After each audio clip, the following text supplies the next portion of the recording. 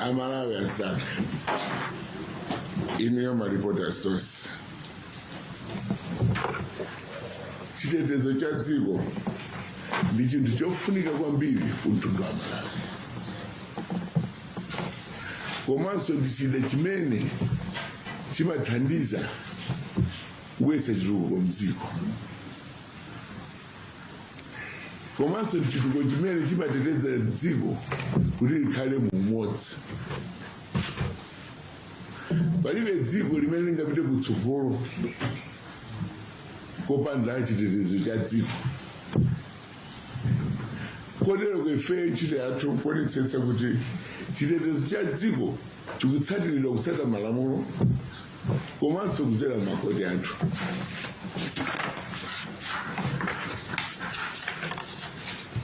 Koma ndilodaba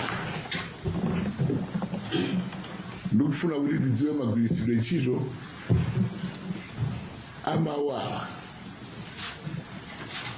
Chitetezo cha dziko ndi criminal kuti kapena umbanda. Chitetezo cha dziko ndi umbanda. Chitetezo cha dziko chimachita kavala, chimakhala involve, chimasonkhanitsa magulu awiri amdziko, a homeland security komanso army imene ili defense force ya dziko lino imene mayang'ana maboda athu. Ife timayang'ana zamkati lechitetezo cha dziko.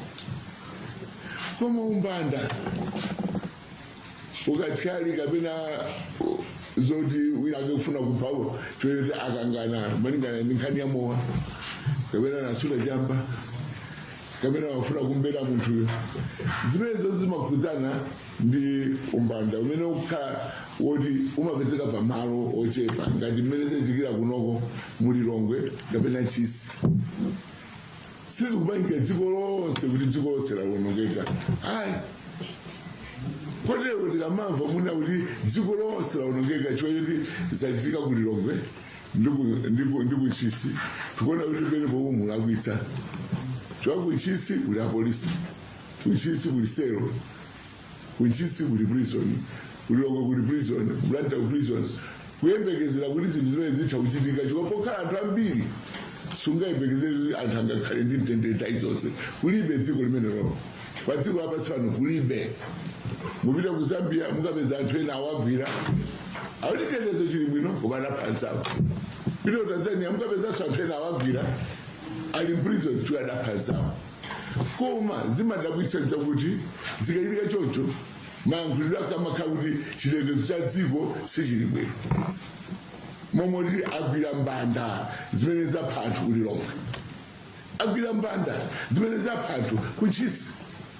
Koma usati dziko lonse anthu atatu zona pa anthu 20 million mungayembekezera kuti anthu osangokhala ofanana osazibusa. Pamapezeka ndithu ena oyipa mitima ofuna olanda anzawo moyo chifukwa choti pali ngongole, ufuna olanda anzawo moyo chifukwa choti asuta chamba, kapena songati kuti malo amene akuchitikira amuona kuti pamamwedo mowambiri kuti adalesera.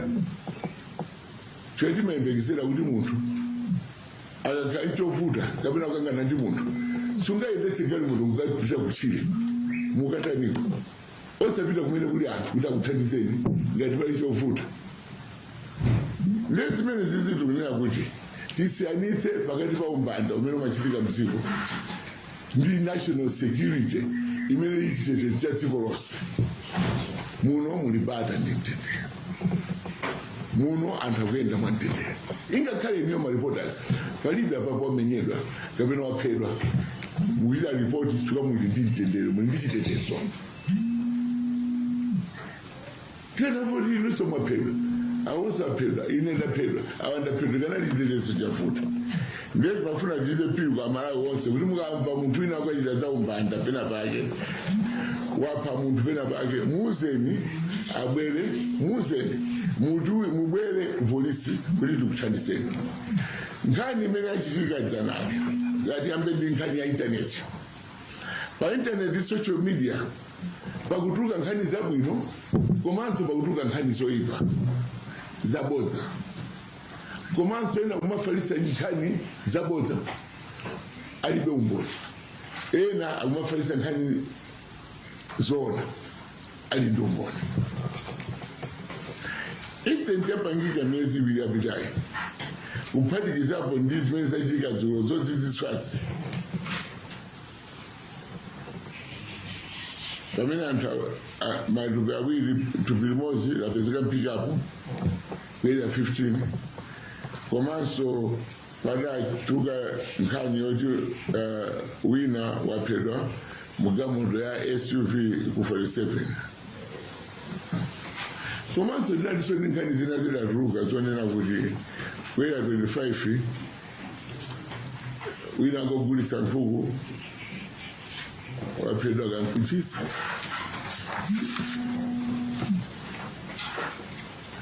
zinthu zambiri zimene zizi zili manja mwa polisi akufufuza komanso apolisiwo ali ndi ndondomeko yake imene akuiona kuti uyu adachita izinthu wakuti uyu adachita izinthu wakuti kwakuti tikululeni panopa tikanga tikululaso zinthu zoti tiyamba kuwachangamutsa anthu ena amene akukhuzidwa nkhani komanso pali nkhani imene mfuna ndiyankhulepo anthu ambiri kutangwanika ndi intaneti kwambiri pa social media kutangwanika nayo kwambiri kudzetsa mantha anthu kumatumiza nkhani zabodza kumadandaulitsa Malawi kwambiri Malawi ngati ya TV, my voice notes, my WhatsApp, Facebook pages, zina zambiri. People are creating wina wake anatitumiza chichuzi kuti usamene amachita create munthu ofulala kumung'amba ngati wang'ambika koma ndi chemical kungopanga chonchi koma ungamaona patupi pang'ambika nkumayenda kuti tonana ndikhala koma chipanga chimene chocho chilipo chichuzi chimene chocho I think apps munacho ineso ndinacho iniyo media mutha kuona mmene amachitira akuchiponya anthu oti kuona ati wakhabidwa munthu akugwa magazi koma chongopanga mafona masiku anowa akumasintha anthu makutu wina akanandiyelekeza inepe tipangana za bandi kuti bandi yaine ada asimukudziwa anandika magrasi ndibe magrasi nokutizimuka ndana kuchokera pa phone bomba aliye kuchokera pa phone ndiyati usithe mkhale ndi lipstick anandipa ka lipstick pakutu papakobe ndukuzana ineyo lipstick kundika makutu afisi pamwamba pachipewa chake chimene navala ine sikoza kurubiria koma kumaoneka bwino otoseti masera ntapoda pose ineyo kukhawa pose ineyo kukhawa pose mmene ndikuonekera pa zichitika pa social media aluleka zimene kumatumiza vanthu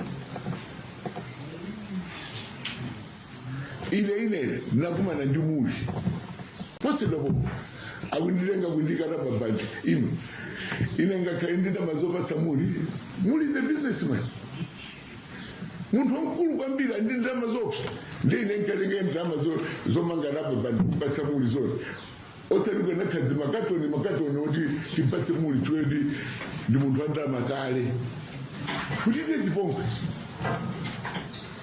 komanso nse wakhwepherera adayikatala mpika modzi misomali zopsa kuna udise wakhwepherere kuli misomali koma chimene adayiwala mulungu akataulule zinthu adayikapo mizere ibiri ya yero kumala kuno silipisa mizere ibiri yabwino ndiye silikali atotangana kumasuzumira kuyiyang'ana titawafusa choti matangwanika tupakakhale chinthu chikabwekweni timatangwanisa polisi can you explain this what is happening ati bwana inu simukona mizere ibiri ndikuti timakhala ndi mizere ya yero iwiri pakati komuone tala amene ali apayi kunoko kuti ndilevo imene yatala kuti isapoti atiza pomwe anthu zapita kuti nkumaopa anthu pita kudzera kukhwepherera akubweretsa mantha pa anthu chimenechi kufuna kuti tikuchenjezeni nonse amene mukulimbika mapanga zimenezi tikudziwana amene mukuita sponsor zimenezi tikudziwana pali wina amayankhula ngati radio TV ya Muluzi koma mpikamo zinthu zambiri kuti akuyankhule ku TV ya Muluzi tikutsatirani potserepo patikugwirani I'm warning you. Koma ndikakugwirani punishment yake ilipo. Siri ngokusiyana we punish you. Zangu 25 zangu kugosi. Anapedwa nkugosi. Koma ino nzopetsa ishoni kuti zinthu zake. Zote gwirizana ndi mmene zinthu zilili. Amene under my serious crimes, by act, I'm a serious cyber crime offense under the Electronic Transaction Act. Oida ufanye tengo boza, kumanso mwalimu zituzi za boza, mama social media. Ndendo kujenjeze, kulidi ufuna jibire. Tikakugwira ni sudi tingokubisana tuyarusana andajama panga janjati uyada panga izi uyada panga izi when we follow up kama so digital engage my experts kuda ditandizo ida follow up ngani yachokera pati ena kumali panga ngani pano uyitumisa kwina kuda ngatumizire ukumatumizira zosezo tukuzitsatira panopa ndikualangiza IG kuti timu yawo imene yaphunzitsidwa kutsata zimene zikuchitika malingana ndi cyber crime, spreading fake news, kumajambula anthu kumayika makutu kwasintha mphuno nkwapaka mapente kumatitumizira ife kumachita mantha misewu kumayika mu misomali kulibe misomali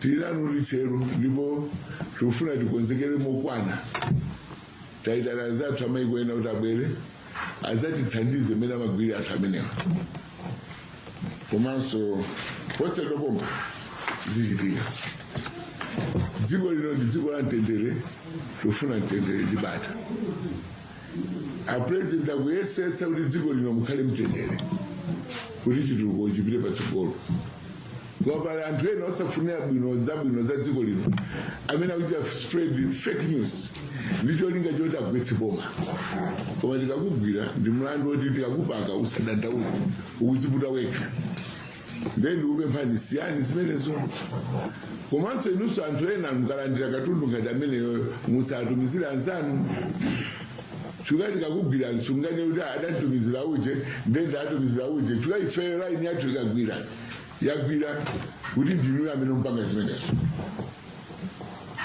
pangani chilungamo kuti dziko lino likhale mumtendere ndipo anthu apange business yawo bwinobwino osaopseza ndikupanga zachinyengo koma zachitika dzanazi zachitika dzulo masiku awiri atatuzi zatifola ifeyo kuno ku homeland ndipo sitigona pakati apeza anthu amenewa akhoza kukhala ochenjera koma mulungu si munthu osewera naye si munthu tikupezani apolisi athu ali busy ndipo tikachita sure abale anzathu amene ataya miyoyo ya abale awo kuti pepani koma anthu amene wawa tiapeza ife apolisi ndipo situchita zamasewera ndipo tili busy olobisale olozimise foni olotaye foni tikupeza tikatapeza njira zatsopano zoti olo munthu atakasiya foni kwira ndimpeza walazimisa kuchosa kadi tikupeza tufuna kuti tikakugwira tikuyalusa dziko likudziwe pali wina amayika TV ya Muluzi nkumayika kanyimbo kake ka sports kumanyuza bantu titi kanyimbo mukadziwa ino zadzitika ngombo tikupezani tukufufuzani kalena amatumiza ka message kwatumira ina ke kunja kuti akunjaja akabwesa kuchitumiza kunoko kuti zikamabwezi kangaliza forward tikupezani tukufufuza komanso azizathu alilele kutithandiza kuti tione koma ndikuwauza mtundu wa Malawi musaite mantha security ya Malawi ili bwino national security ili bwino izachitika pa zilumbanda okhudzana ndi dera ndeti yang'ana Malawi muno muna anthu 20 million silingayipekeze kuti anthu ose 20 million akakaidi khalidwe lofanana kuti azibusa ena njaupandu ena chamba ena madragi ena mowa ndezi machitika ndithu zimesisi koma tiyesesa kuti mdziko muno mukhale bata ndi mtendere. Inetu ndisiyepo mpa zikomo.